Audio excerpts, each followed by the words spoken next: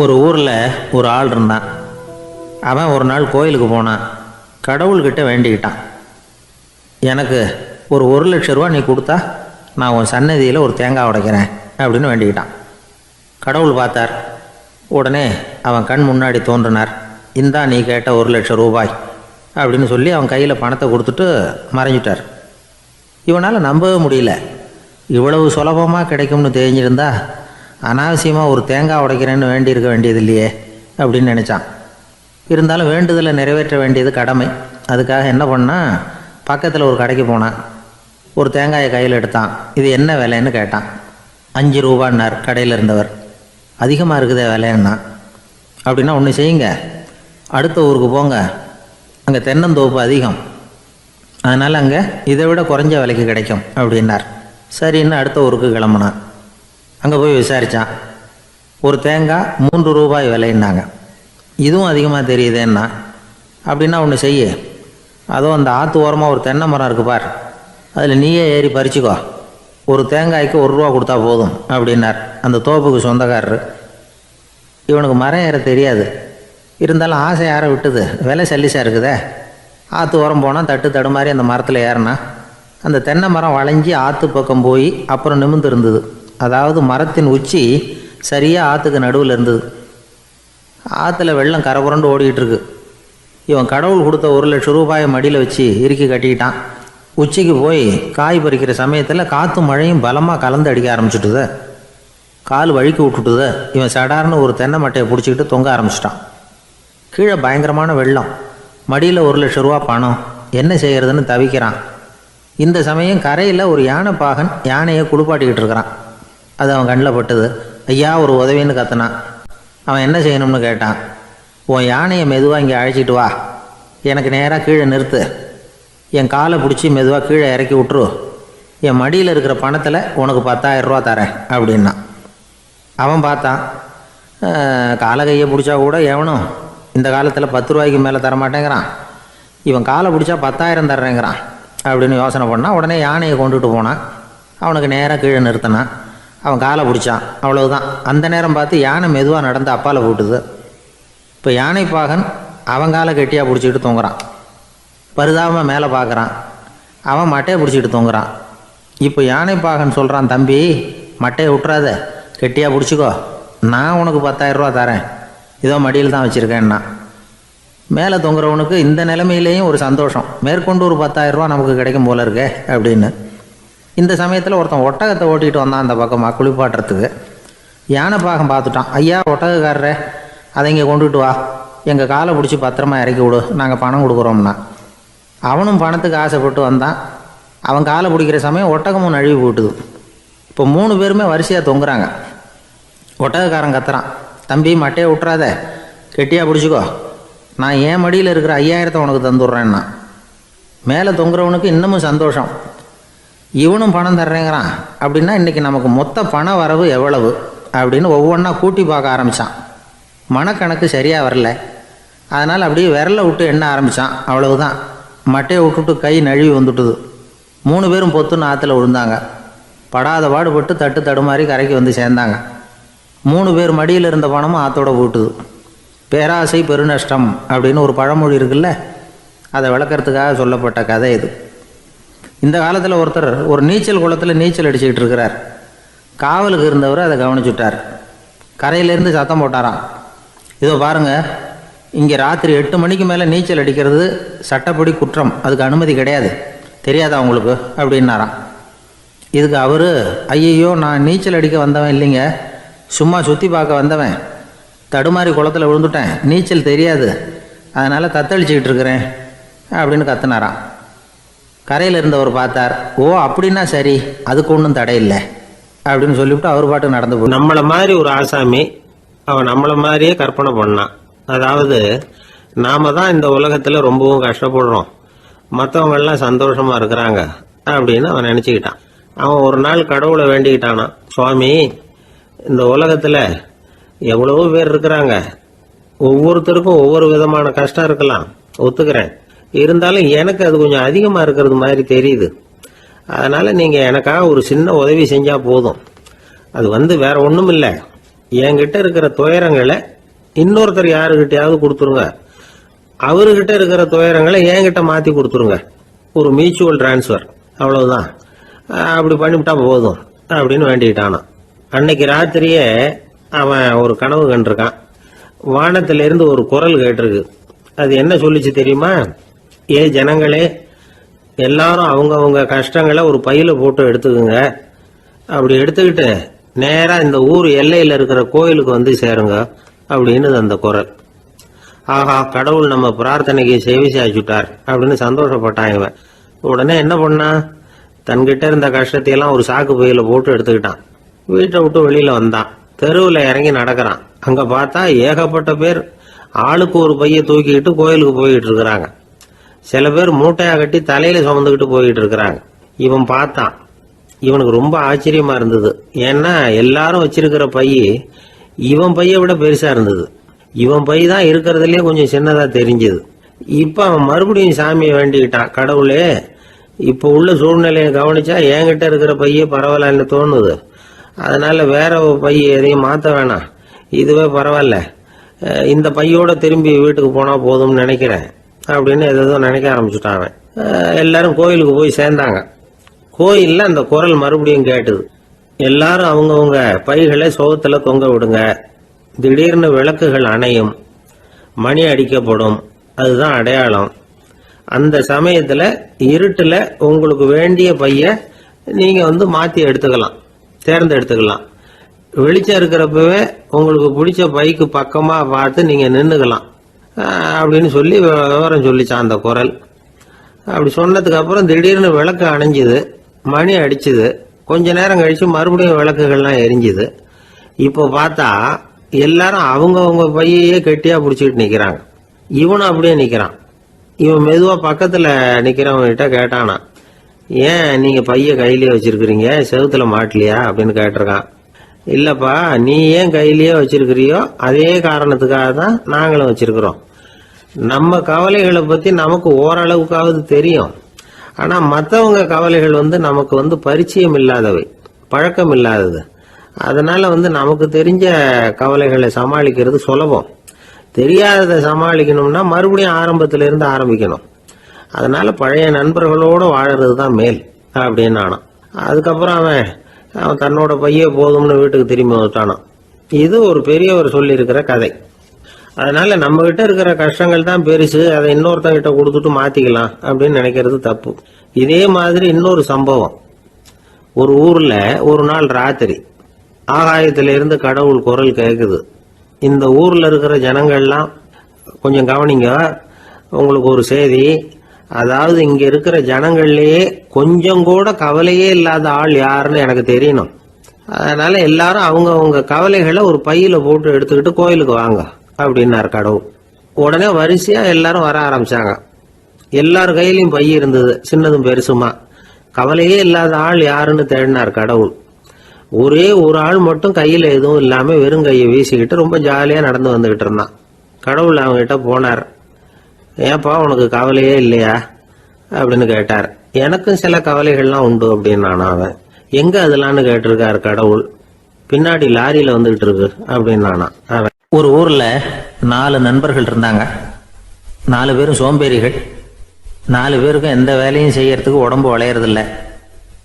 இருந்தாலும் சோம்பேறித்தனத்துல ஒருத்தருக்கு ஒருத்தர் கொஞ்சம் வித்தியாசம் உண்டு. அதுக்கு தகுந்த மாதிரி அவங்களுக்கு பேர் அமைஞ்சு போச்சு.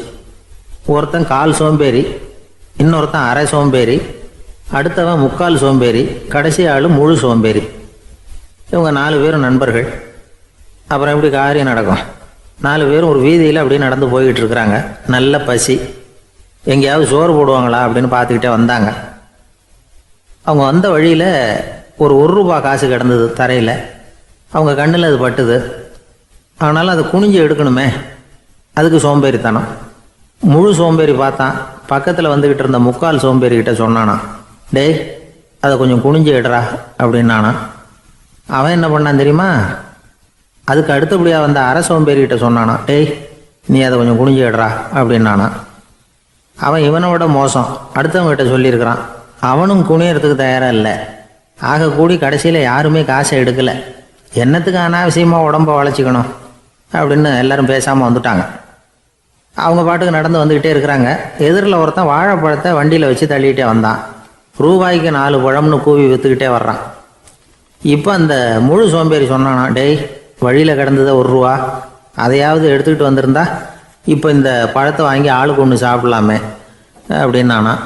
ஆமாம் சாப்பிட்ருக்கலாமே அப்படின்னாங்களாம் மற்றவங்களும். ஆனாலும் திரும்பி போய் அதை எடுக்கணும்னு யாருக்கும் தோணலை.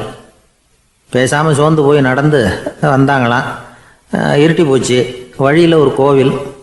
சரி இங்கேயே படுத்து தூங்குவோம் அப்படின்னா ஒருத்தன். அதுதான் சரின்னாங்க மற்றவங்களும். அப்படியே மண்டபத்தில் படுத்துட்டாங்க. கோவில் அர்ச்சகர் வேலையெல்லாம் முடிச்சு விட்டு வெளியில் வந்திருக்காரு. இவங்கள பார்த்தாராம். ஏன் இப்படி சோர்ந்து போய் கிடக்குறீங்க அப்படின்னு விசாரிச்சிருக்காரு. 2 நாளாச்சுங்க நாங்கள் சாப்பிட்டு அப்படின்னாங்களாம். அவர் உடனே ஐயோ பாவம் அப்படின்னு சொல்லி பானை, விறகு, அரிசி, தண்ணி எல்லாம் கொடுத்து நீங்களே சமையல் பண்ணி சாப்பிட்டுக்குங்க அப்படின்னு சொல்லிவிட்டு போயிட்டார். இந்த 4 பேருக்கும் சமையல் பண்ணி சாப்பிட்ணும்னு ஆசையாக தான் இருந்தது. ஆனால் அடுப்பு பற்ற வைக்கணுமே, அதுக்கு தீப்பெட்டி வேணுமே. தீப்பெட்டி இல்லை. இப்போ முழு சோம்பேறி ஆரம்பித்தான். அடுத்தவனை பார்த்து, டேய் கடைக்கு போய் ஒரு தீப்பெட்டி வாங்கிட்டு வாயேன் அப்படின்னு நானான். அவன் வழக்கம் போல் அடுத்தவங்ககிட்ட சொல்லியிருக்கான்.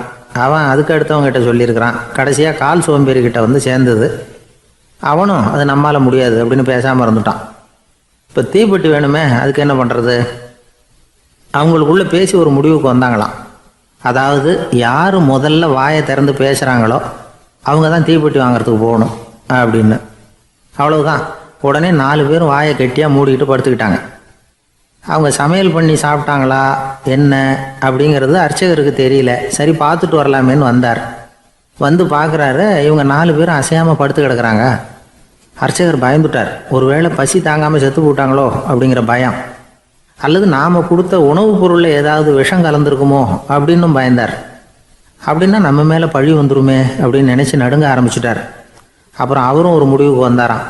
கோவிலுக்கு பக்கத்துலேயே ஒரு பெரிய குழி இருந்தது. அதில் ஒவ்வொருத்தரையாக இழுத்துக்கிட்டு போய் போட்டார். கொஞ்சம் மண்ணை தள்ளினார். காலால் மிதித்தார். அவர் மிதித்த மிதி ஒருத்தன் அடி வயத்தில் போட்டுவிட்டுது. அவன் உடனே வலி தாங்காமல் ஐயோ அம்மான்னு அலறினான். உடனே நடந்தது என்ன தெரியுமா? மற்ற 3 பேரும் துள்ளி எழுந்திரிச்சாங்களாம். அவனை பார்த்து நீ தாண்டா தீப்பெட்டி வாங்க போகணும், நீ தாண்டா வாங்க போகணும், நீ தான் சத்தம் போட்ட அப்படின்னு சொல்லி ஆரம்பிச்சிட்டாங்களாம். அர்ச்சகர் பார்த்தார். இது பேய் மாதிரி தெரியுதுன்னு நினச்சிக்கிட்டு ஒரே ஓட்டமாக ஓடி போட்டாராம். கிராமப்புறங்களில் இப்படி ஒரு கதையை சொல்கிறது உண்டு. சோம்பல்ங்கிறது நம்ம முன்னேற்றத்துக்கு பெரிய தடை அப்படிங்கிறத நாம் புரிஞ்சுக்கணும். அதுதான் இந்த கதை சொல்கிற நீதி. ஒரு பள்ளிக்கூடத்தில் ஒரு புதுமையான போட்டி நடந்துதான். அதாவது சோம்பேறித்தனத்துக்கு பரிசு. அதில் 2வது பரிசு யாருக்குன்னு அறிவித்தாங்க. ஒரு பையன் எழுந்திரிச்சு மெதுவாக நடந்து போய் பரிசை வாங்கிட்டான். அடுத்தது முதல் பரிசு யாருக்கு அப்படின்னு அறிவிச்சாங்களாம். அவன் கடைசி வரிசையிலேருந்து கத்துனானா, ஐயா அதையும் அந்த பையன் மூலமாகவே கொடுத்து அனுப்பி வச்சுருங்க, இங்கே வந்தது நான் வாங்கிக்கிறேன் அப்படின்னு நானா. என்னுடைய நண்பர் ஒருத்தர், அவருக்கு ஜாதகத்தில் நம்பிக்கை உண்டு. அவரே ஜோசியம்லாம் பார்ப்பார். என்ன சார் இந்த காலத்தில் இதையெல்லாம் நம்பிக்கிட்டு இருக்கீங்களே அப்படின்னு கேட்டால், உங்களுக்கு ஒன்றும் தெரியாது சார், இந்த உலகத்தில் ஒவ்வொருத்தரும் அவங்கவங்க செய்கிற நல்லது கெட்டதுக்கு தகுந்த பலனை அனுபவிச்சே தீரணும் பார். அது மட்டும் இல்லை, ஒருத்தர் செத்துட்டா கூட அவன் செஞ்ச பாவ புண்ணியங்கள் கூடவே போய்கிட்டு இருக்கோம் பார். அது எப்படி கூட போவோம் அப்படின்னு குதர்க்கமாக கேட்டால், அதுக்கு அவர் ஒரு கதை சொன்னார். அது ரொம்ப சுவாரஸ்யமாக இருந்தது. அது என்ன கதைன்னா, ஒரு ஊரில் ஒருத்தர் இருந்தாராம். அவர் ஜோசியம் பார்க்குறதுல ரொம்ப கெட்டிக்காரரான். ஒருத்தருடைய தலைமுடியை மட்டும் அவர்கிட்ட காட்டினா போதும், அதை மட்டும் பார்த்துட்டு அவருடைய ஜாதகத்தையே அலசி விடுவாராம். அப்பேற்பட்ட திறமை. அந்த ஆள் ஒரு சமயம் கன்னியாகுமரி கடற்கரைக்கு போயிருந்திருக்கார். அங்கே கரை ஓரமாக ஒரு மண்டை ஓடு கிடந்திருக்கு. அதை எடுத்து பார்த்துருக்கார். அந்த மண்டை ஓட்டை வச்சுக்கிட்டே அதோட ஜாதகத்தை அலசியிருக்கார். இந்த மண்டை ஓட்டுக்கு உரிய ஆசாமி வாழ்க்கையில் ரொம்ப கஷ்டப்பட்டிருக்கணும், நிறைய கஷ்டத்தை அனுபவிச்சிருக்கணும். அது தாங்க முடியாமல் தான் கடலில் விழுந்து தற்கொலை பண்ணிகிட்டு இருக்கான் அப்படிங்கிறத அவர் கணிச்சுட்டார். இருந்தாலும் இந்த மண்டை ஓடு இன்னமும் அனுபவிக்க வேண்டியது பாக்கி இருக்குது அப்படிங்கிறத அவர் உணர்ந்தாராம். அது சரி, ஒருத்தன் உயிரோடு இருக்கிற வரைக்கும் நல்லது கெட்டதை அனுபவிக்க முடியும், செத்ததுக்கு அப்புறமும் பாக்கி இருக்குன்னா அதை எப்படி அனுபவிக்கிறது? இந்த மண்டை ஓட்டுக்கு இன்னும் கொஞ்சம் பாக்கி இருக்குங்கிறது அவருக்கு புரிஞ்சதே தவிர அதோட அர்த்தம் என்னங்கிறது சரியாக விளங்கலை. சரி, இதை இன்னும் கொஞ்சம் விவரமாக ஆராய்ச்சி பண்ணுவோம் அப்படின்னு நினச்சிக்கிட்டு அதை தன்னுடைய வீட்டுக்கு எடுத்துகிட்டு போயிட்டார். அந்த மண்டை ஓட்டை ஒரு பெட்டியில் வச்சு பூட்டினார். தன்னுடைய தனி அறையில் அதை பத்திரமா வச்சுக்கிட்டார். தினமும் ராத்திரி ஆனதும் தன்னுடைய மனைவியை பார்த்து, நீ போய் பூஜை அறையில் தனியாக படுத்துக்க அப்படின்னு சொல்லிவிட்டு தினம் ராத்திரி 12 மணிக்கு பெட்டியை திறந்து அவர் பார்ப்பார். மண்டை ஓடு அப்படியே இருந்ததே தவிர இன்னும் கொஞ்சம் பாக்கி இருக்குங்கிறதுக்கு அர்த்தம் அவருக்கு விளங்கலை. அந்த மண்டை ஓட்டுக்கு இன்னும் என்ன பாக்கி இருக்க போகுது? எப்படியோ ஒரு 10 நாள் போச்சு. அந்த வீட்டம்மாவுக்கு சந்தேகம் வந்துட்டுது. நம்ம வீட்டுக்காரரு நம்மளை தனியாக ஏன் தூங்க சொல்கிறார் அப்படிங்கிற சந்தேகம். உடனே பக்கத்து வீட்டு அம்மா கிட்ட விஷயத்தை சொல்லியிருக்கிறாங்க. அந்த அம்மா உடனே, நீ கவலைப்படாத, நான் கண்டுபிடிச்சி சொல்கிறேன் அப்படின்னு சொல்லிவிட்டாங்களாம். அன்னைக்கு ராத்திரியே ஜன்னல் வழியாக எட்டி பார்த்துருக்குறாங்க. இந்த ஆள் மண்டை ஓட்டை கையில் வச்சுக்கிட்டு அது திருப்பி திருப்பி பார்த்துக்கிட்டு இருக்கிறான். அதை பார்த்துட்டாங்க. மறுநாள் காலையில் அவரோட மனைவியை பார்த்தாங்க. ஏம்மா, உன் வீட்டுக்காரருக்கு நீ முதல் மனைவியா 2வது மனைவியா அப்படின்னு கேட்டாங்களாம். எனக்கு தெரிஞ்ச வரைக்கும் நான் ஒருத்தி தான் அவருடைய மனைவி அப்படின்னாங்களாம் அவங்க. அப்படி இல்லை, நீ அவருக்கு 2வது மனைவி. முதல் மனைவியின் மண்டை ஓட்டை தான் அவர் தினமும் ராத்திரியில் எடுத்து பார்த்துக்கிட்டு இருக்கிறார் அப்படின்னாங்க அடுத்த வீட்டு அம்மா. அப்படியா விஷயம் அப்படின்னு சொல்லிவிட்டு கணவன் வீட்டில் இல்லாத நேரமாக பார்த்து அந்த மண்டை ஓட்டை எடுத்து கொண்டாந்து ஒரு உரலில் போட்டு உலக்கையால் குத்தி நொறுக்க ஆரம்பிச்சிட்டாங்க. வெளியில் போயிருந்த அந்த ஆள் அப்போ தான் உள்ளே நுழைஞ்சார். மண்டை ஓடு உலக்கைக்கிட்ட குத்து வாங்கிக்கிட்டு இருக்கு. அது அனுபவிக்க வேண்டியது இன்னும் கொஞ்சம் பாக்கி இருக்குங்கிறதுக்கு அர்த்தம் எனக்கு இப்போ தான் புரிஞ்சுது அப்படின்னாராம் அவர். இந்த கதையிலேருந்து நாம் இன்னொரு நீதியையும் புரிஞ்சுக்கணும். அதாவது நம்ம வீட்டை பற்றி நமக்கு புரியாததெல்லாம் அடுத்த வீட்டுக்கு. ஒரு ஊரில் ஒரு ஆள் இருந்தான். நிறைய பணம் சேர்த்தான். அவனுக்கு சம்பாதிக்க தெரியுமே தவிர செலவு பண்ண தெரியாது. மகா கஞ்சன். காசை கையில் எடுக்கவே மாட்டான். எடுத்தால் செலவு செய்ய வேண்டியிருக்குமே. அதனால் இப்படியே அவன் காலத்தை ஓட்டி விட்டான். வயசாகிட்டுது. அவனுடைய மனைவி ஒரு நாள் கேட்டாங்க, இவ்வளவு நாளாக நீங்கள் என்னை எங்கேயுமே அழைச்சிட்டு போனதில்லை, இப்போவாவது அழைச்சிட்டு போகக்கூடாதா அப்படின்னாங்க. எங்கே போகணும் சொல்லுன்னா. காசிக்கு போகணும், கங்கையில் குளிக்கணும்னாங்க. இவன் பார்த்தான், இதுக்கு ஏன் அவ்வளவு தூரம் செலவு பண்ணிட்டு போகணும், நம்ம ஊர் ஆற்றுலேயே குளிக்கலாமே, இதுவும் புண்ணிய நதி தான், இங்கே குளித்தா அங்கே குளித்த பலன் கிடைச்சிரும் அப்படின்னா. சரின்னு 2 பேரும் ஆத்தங்கரைக்கு போனாங்க. அன்னைக்கு ஏதோ விசேஷம், நிறைய கூட்டம், நிறைய பேர் குளிச்சுக்கிட்டு இருக்கிறாங்க. கரையில் சில புரோகிதர்கள் நின்றுக்கிட்டு இருக்கிறாங்க. குளிக்கிறதுக்கு முந்தி அவங்கக்கிட்ட உட்காந்தா ஏதோ மந்திரம்லாம் சொல்லுவாங்க. கொஞ்சம் காசு கொடுக்க வேண்டியிருக்கும். அதனால் இவன் என்ன பண்ணான், ஆத்தங்கரையிலேயே கொஞ்சம் தூரம் போனான். ஊரை விட்டு தள்ளி வந்துட்டான். அங்கே யாருமே இல்லை. அப்பாடான்னு சந்தோஷப்பட்டான். குளிக்கலாம்னு புறப்பட்டான். இந்த நேரம் கடவுள் பார்த்தார். இந்த கஞ்சனுக்கு ஏதாவது புத்தி போகட்டணும் அப்படின்னு நினைச்சார். உடனே ஒரு புரோகிதர் மாதிரி உருவத்தை மாற்றிக்கிட்டு அந்த ஆள் முன்னாடி வந்து நின்னார். அவனுக்கு அதிர்ச்சி. இங்கே யாருமே இருக்க மாட்டாங்கன்னு நினச்சா இங்கேயுமே ஒரு ஆள் வந்துட்டாரு, என்ன பண்ணுறதுன்னு யோசனை பண்ணான். புரோகிதர் உருவத்தில் இருந்த கடவுள் சொன்னார், இதை பாருங்க, இன்னைக்கு விசேஷ நாள், நீராடுறதுக்கு முன்னாடி சுயகல்பம் பண்ணிக்கிறது ரொம்ப நல்லது அப்படின்னார். என்கிட்ட பணம் எதுவும் இல்லையேன்னா. பரவாயில்ல, அப்புறமா கொடுங்க, வாங்கிக்கிறேன். ஆனால் ஒன்று, எவ்வளவு கொடுப்பீங்கிறத மட்டும் இப்போவே சொல்லி கொடுங்க அப்படின்னார். இவன் ரொம்ப யோசனை பண்ணான். ஒரு 10 பைசா தரேன் அப்படின்னா. சரின்னு ஒத்துக்கிட்டு எல்லா கிரியைகளையும் அவர் செஞ்சார். அதுக்கப்புறம் கணவனும் மனைவியும் ஆற்றுல குளிச்சாங்க. அவர் போயிட்டார். கொஞ்ச நாள் கழித்து அவன் வீட்டுக்கு வந்தார் கடனை வசூல் பண்ணுறதுக்கு. வாசலில் நின்றுக்கிட்டு இருந்த அவன் மனைவி இவரை பார்த்ததும் தயங்க ஆரம்பித்தாங்க. அந்த அம்மா கிட்ட விஷயத்த சொன்னார். அந்த அம்மா ஓடி போய் உள்ளே இருக்கிற தன்னுடைய கணவர்கிட்ட சொன்னாங்க. அவன் யோசனை பண்ணான், இப்போ வெளியில் போனால் அவனுக்கு 10 காசு கொடுக்க வேண்டியிருக்கும். அதனால் எனக்கு காய்ச்சல்னு அந்த ஆளுகிட்ட சொல்லிவிடு, இன்னொரு சந்தர்ப்பத்தில் என்னை வந்து பார்க்க சொல்லு அப்படின்னா. அந்த அம்மா போய் சொன்னாங்க.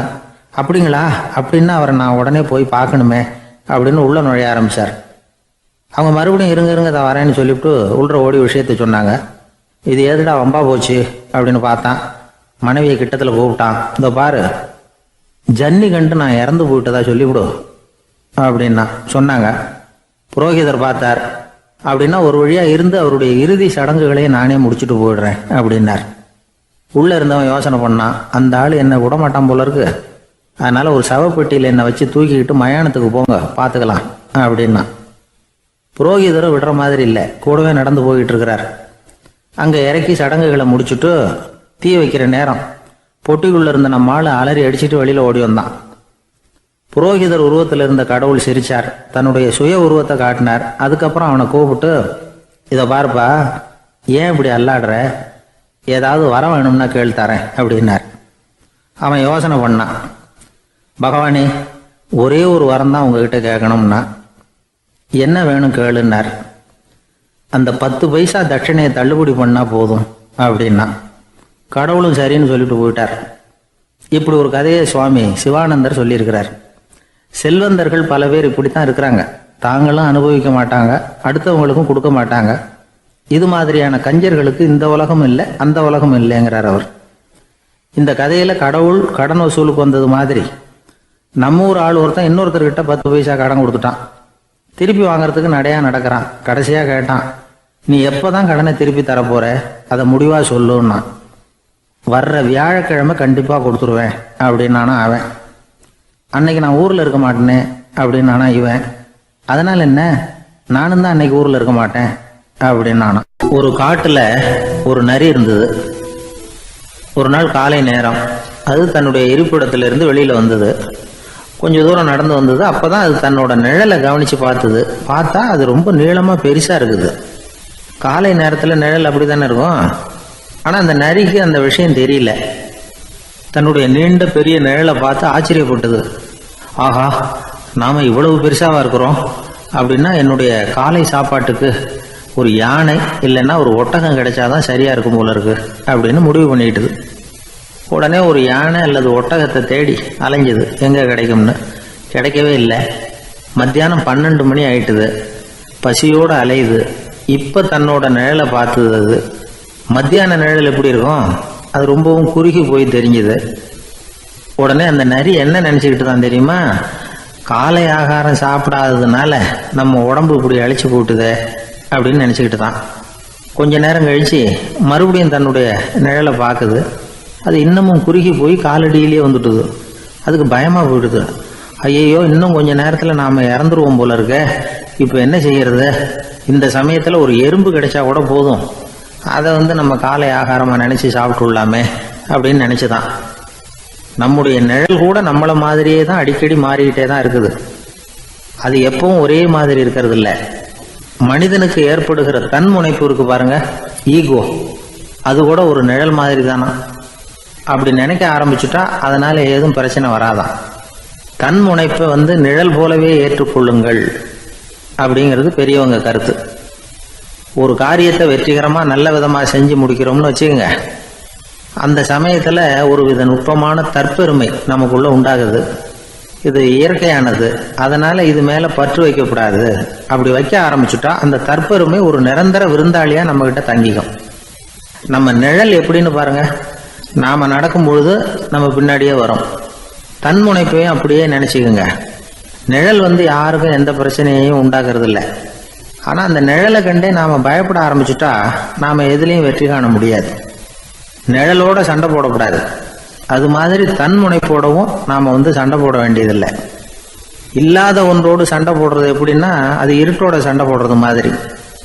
நாம நிழல் கிடையாது, நம்ம கிட்ட இருக்கிற தன்முனைப்பு ஒரு நிழல். நம்ம நிழலையும் நமக்கு சமமா பாக்குறோம் பாருங்க, அங்கதான் சிக்கலே ஆரம்பம். இப்போ நாம நடந்து போய்கிட்டு இருக்கிறோம். நம்ம நிழல் தரையில விழுது.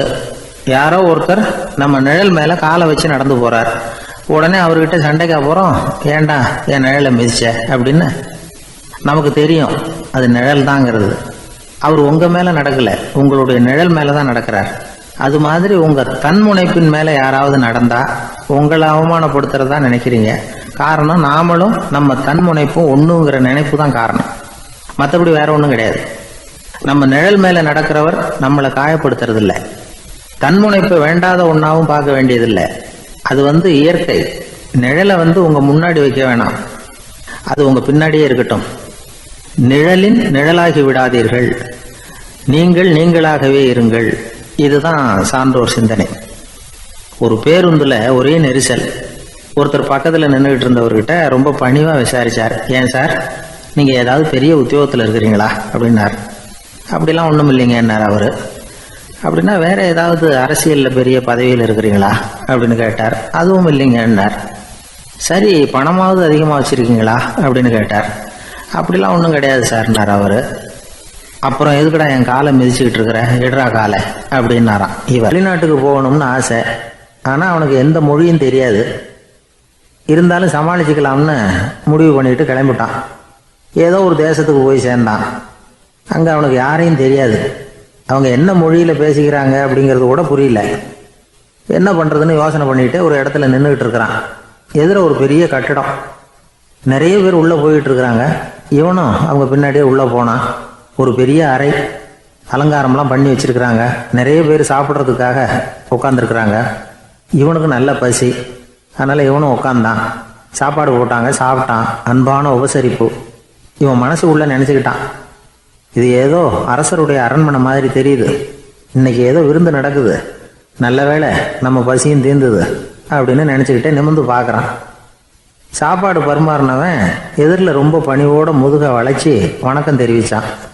இவனும் எழுந்திரிச்சு நின்று முதுகை வளைச்சி வணக்கம் தெரிவித்தான். ரொம்ப நன்றின்னா. அவன் ஒரு சீட்டை இவன் கையில் கொடுத்தான். இவன் அதை வாங்கி பார்க்குறான். என்ன எழுதியிருக்குன்னு ஒன்றும் புரியல. சரி, இந்த நாட்டில் தங்களுடைய நன்றியை சீட்டில் எழுதி தான் கொடுப்பாங்க போல இருக்கு அப்படின்னு நினச்சிக்கிட்டு மறுபடியும் நன்றின்னா. ஆனால் அவன் காசை கொடுங்கன்னான். ஏன்னா அது ஒரு ஹோட்டல், இவன் சாப்பிட்டதுக்கான பில் அது. இவன் அதை புரிஞ்சிக்கவே இல்லை. நன்றின்னு அந்த சீட்டில் எழுதி கொடுக்குறாங்க போல இருக்கு அப்படின்னு நினச்சிக்கிட்டு அதை வாங்கி சட்டை பையில் பத்திரமா வச்சுக்கிட்டு பரவாயில்லைங்க ரொம்ப மகிழ்ச்சின்னா. ஒரு வெளிநாட்டுக்காரனுக்கு இவ்வளவு தூரம் மரியாதை பண்ணுறீங்களே, எங்கள் ஊருக்கு போனதும் உங்களை பற்றி நிறைய சொல்லுவேன் அப்படின்னா. இவன் என்ன சொல்கிறான்னு அவனுக்கு புரியல. இவனை பிடிச்சி அழைச்சிட்டு போய் முதலாளி முன்னாடி நிறுத்தினான். நாம் சொன்னதில் இவனுக்கு ரொம்ப பெருமையாக இருக்கணும் போல இருக்கு, அதுதான் பெரிய இடத்துக்கு அழைச்சிட்டு வந்திருக்கிறான் அப்படின்னு இவன் நினச்சிக்கிறான். அவரும் பில்லுக்கான பணத்தை கொடுங்கிறாரு. பரவாயில்லைங்க ரொம்ப மகிழ்ச்சி நன்றிங்கிறான் இவன். அவரு பார்த்தார், இவனை நீதிமன்றத்துக்கு அனுப்பி வச்சுட்டார். இவன் என்ன நினச்சிக்கிட்டான், நம்மளை இந்த ஊர் ராஜா முன்னாடியே அழைச்சிக்கிட்டு வந்து நிறுத்தி இருக்கிறாங்க போல இருக்கு, என்ன ஒரு பெருந்தன்மை அப்படின்னு நினச்சிக்கிறான். நீதிபதி சொன்னார், சாப்பிட்டதுக்கான பணத்தை கொடுத்துரு, இல்லைன்னா அதுக்கான தண்டனையை அனுபவிக்க வேண்டி இருக்கும்னார். ராஜாவே நமக்கு நன்றி சொல்கிறாரு போல இருக்கு அப்படின்னு நினச்சிக்கிறான் இவன். என் மகிழ்ச்சிக்கு எல்லையே இல்லைங்க அப்படின்னா. அவர் பார்த்தார், இவனுக்கு தண்டனை கொடுக்க வேண்டியது தான் அப்படின்னு முடிவு பண்ணார். உடனே தீர்ப்பு எழுதினார்.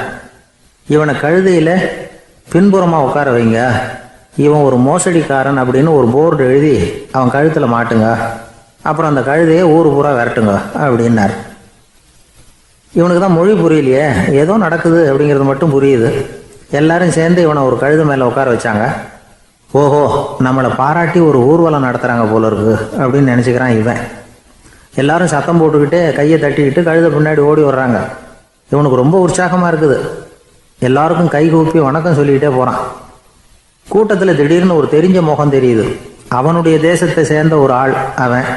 அவனை பார்த்ததும் இவனுக்கு ரொம்ப உற்சாகம். நம்ம ஊருக்கு போனதும் இங்கே நமக்கு கிடைச்ச மரியாதையெல்லாம் உண்மைதான்னு சொல்கிறதுக்கு ஒரு சாட்சியும் கிடைச்சிட்டுது அப்படின்னு நினச்சிக்கிறான். அவனை பார்த்து கத்தனான், நல்லா பார்த்துக்க, இந்த ஊர் மக்கள் எனக்கு எப்படிப்பட்ட வரவேற்பு கொடுக்குறாங்கங்கிறத நல்லா கவனிச்சுக்கோ அப்படிங்கிறான். அவனுக்கு அவமானமாக போட்டுது. தலையை குனிஞ்சுக்கிட்டே நழுவி போயிட்டான். இவன் பார்த்தான், அவன் தலை தெரியல. ஆகா, அவனுக்கு நம்ம மேலே பொறாமை போல இருக்கு, அதனால தான் காணாமல் போயிட்டான் அப்படின்னு நினச்சிக்கிறான். இப்படி ஒரு வேடிக்கை கதையை பெரியவங்க சொல்கிறது உண்டு. கதை வேடிக்கையாக இருந்தாலும் இதில் உள்ள கருத்து என்ன தெரியுமா? அந்த கழுதை மேலே உட்காந்துருக்கிறானே, அது மாதிரி தான் நாமளும் அகங்காரங்கிற கழுதை மேலே உட்காந்துக்கிட்டு இருக்கோமா. நாமளும் கிட்டத்தட்ட அதே மாதிரி பிரம்மையில் தான் இருக்கிறோமா. என்ன நடக்குதுங்கிறதே புரியறதில்லை. அகங்காரத்தில் பேசுகிறவனுக்கும் சித்த சுவாதீனம் இல்லாமல் பேசுகிறவனுக்கும் அதிக வித்தியாசம் இருக்கிறதில்ல. அது மாதிரி ஒருத்தன் தன்னுடைய வீட்டை சுற்றி சேற்றை வாரி அரைச்சிக்கிட்டு இருந்தானா. அந்த வழியாக வந்த ஒரு பெரியவர் அதை பார்த்துருக்கார். என்னப்பா பண்ணிகிட்டு இருக்கிற அப்படின்னு கேட்டாரான். கழுதைகளை விரட்டிக்கிட்டு இருக்கிறேன் அப்படின்னானா. இங்கே கழுதைகளே காணுமே அப்படின்னாரான் அவர். அதுதான் ஏற்கனவே விரட்டி விட்டனே அப்படின்னானா. ஒரு ஊரில் ஒரு ராஜா இருந்தார். அவர் ஒரு நாள் காலையில் அரண்மனையில் மேல் மாடத்தில் வந்து நின்றுக்கிட்டு இருந்தார். அப்போ ஒரு ஆள் வீதியில் ரொம்ப வேகமாக ஓடிக்கிட்டு இருக்கான். அதை ராஜா கவனித்தார். அவன் மனசில் ஏதோ ஒரு தவிப்பு இருக்குங்கிறத புரிஞ்சுக்கிட்டார். உடனே அரண்மனை சேவகர்களை கூப்பிட்டார்.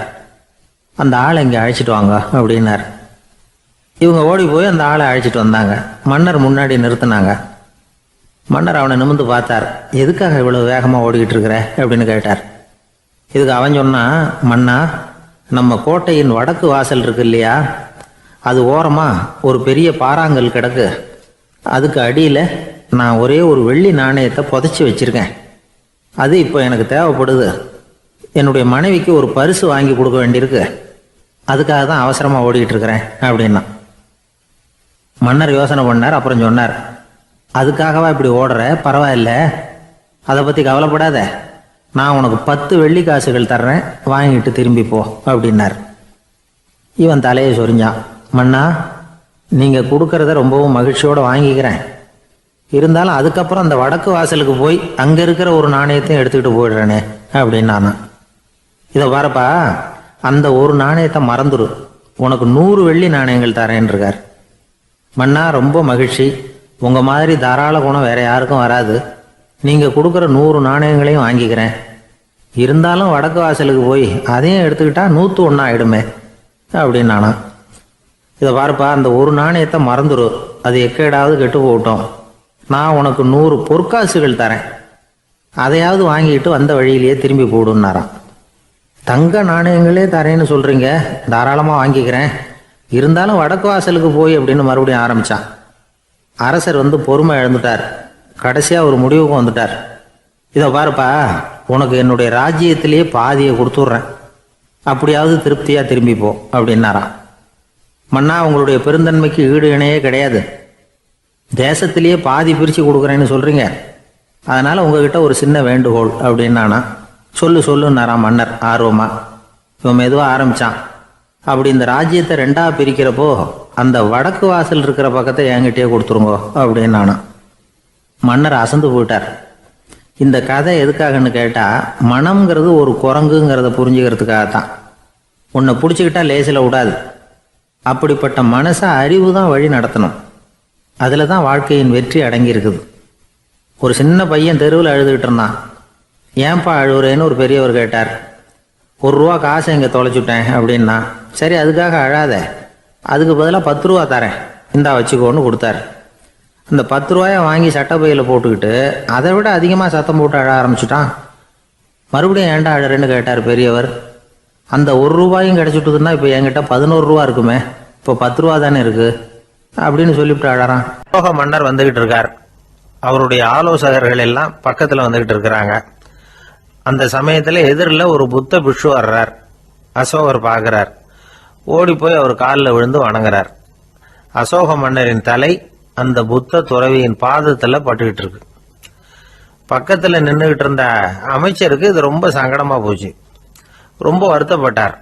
நம்ம அசோக சக்கரவர்த்தி எப்பேற்பட்டவர், அவரோட தலை ஒரு சன்னியாசியின் பாதத்தில் படுறதா அப்படின்னு நினைச்சு ரொம்ப கவலைப்பட்டார்.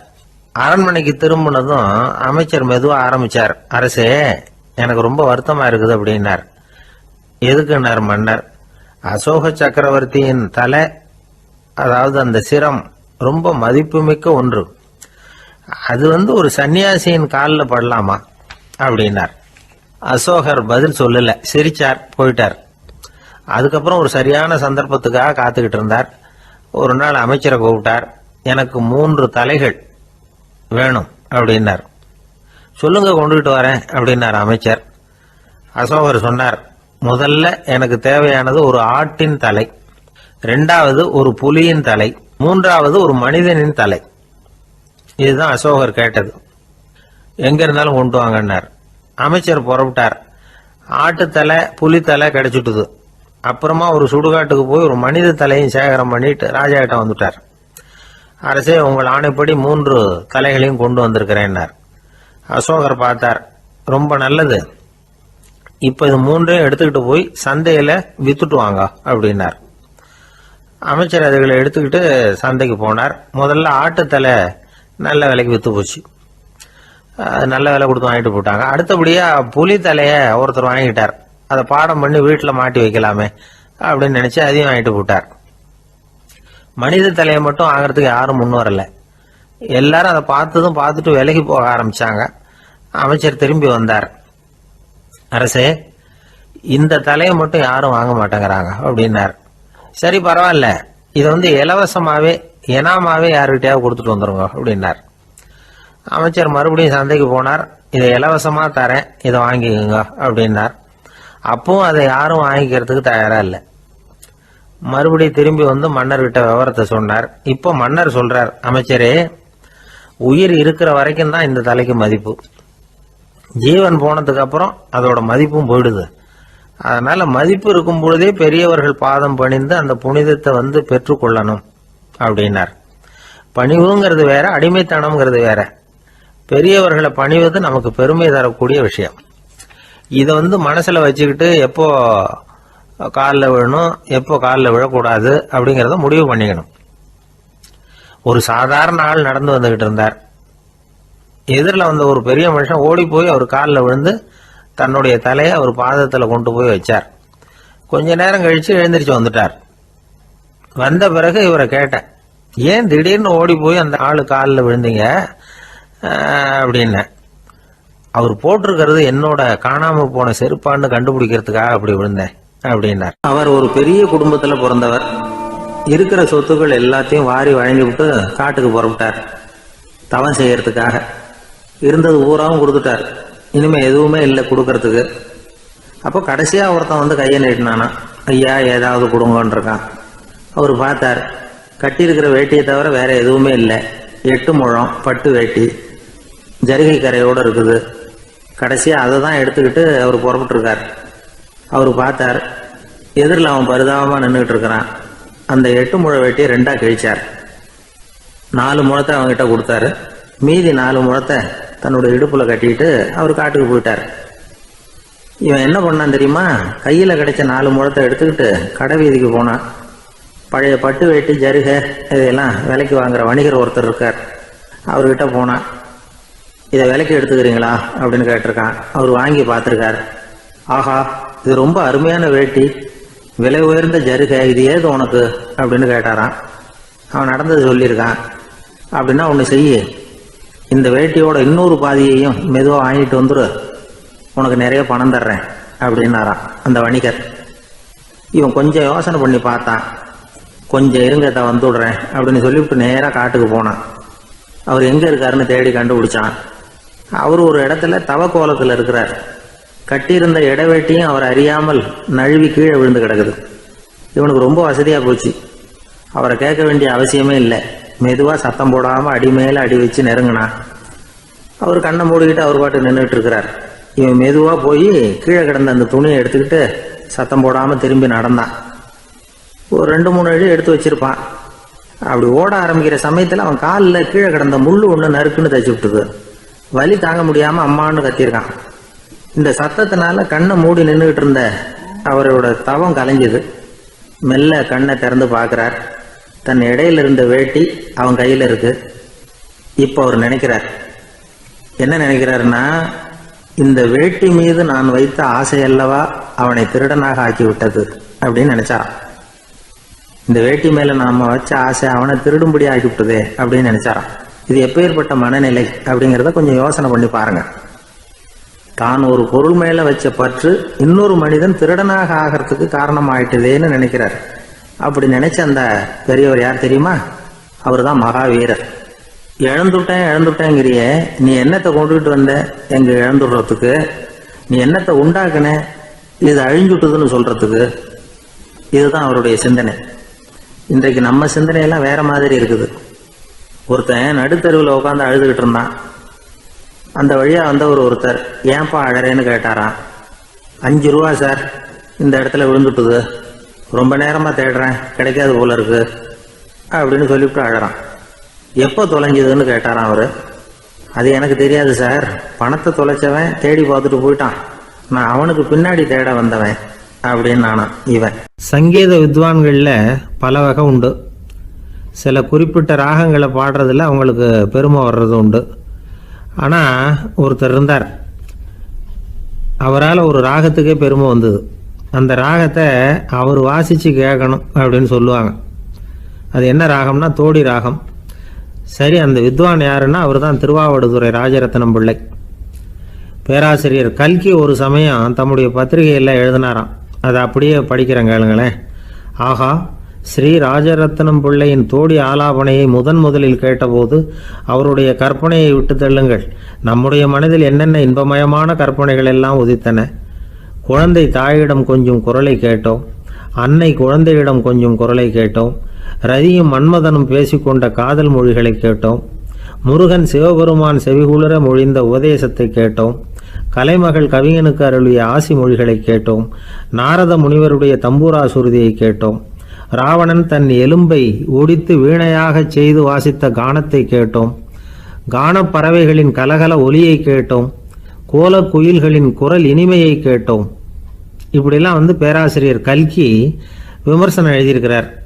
திருவாவடுதுறை ராஜரத்னம் பிள்ளை அவர்களுடைய வாசிப்பை கேட்டுட்டு TN ராஜரத்னம் பிள்ளை இறந்து போனார். அப்போ கவிஞர் கண்ணதாசன் எழுதினார், செவியனில் ஓடி எங்கள் சிந்தையில் ஓடி இந்த புவியெல்லாம் ஓடி நின்பார் பொங்கிய தோடி வேறிங்கு எவரிடம் போகும் ஐய இனி அதை காப்பார் யாவர் அவிந்தனின் சடலத்தோடே அவிந்தது தோடிதானும் அப்படின்னு எழுதினாராம்.